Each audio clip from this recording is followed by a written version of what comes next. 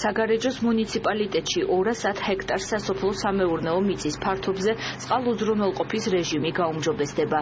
სოფლის მეურნეობის სამინისტროს შეპესე საქართველოს მელიორაცია მუნიციპალიტეტში ახორციელებს ქვემო სამგორის სარწყავი სისტემის გამანაწილებლის სარეაბილიტაციო პროექტს, რომლის ფარგლებშიც 2,7 კილომეტრის სიგრძის მილსადენი მოეწყობა. პროექტის ღირებულება 274,000 ლარია და ის მიმდინარე წლის დეკემბრისთვის დასრულდება. საქართველოს სოფლის მეურნეობის სამინისტრო საგარეჯოს მუნიციპალიტეტში ახორციელებს წყალმომარაგების მილსადენის რეაბილიტაციას. პროექტი მოიცავს დაახლოებით 210 ჰექტრის წყალმომარაგების გაუმჯობესებას. საქართველოს სოფლის მეურნეობის სამინისტროს მელიორაციის მიერ ხორციელდება ქვემო სამგორის სარწყავი სისტემის გამანაწილებელი არხის რეაბილიტაცია.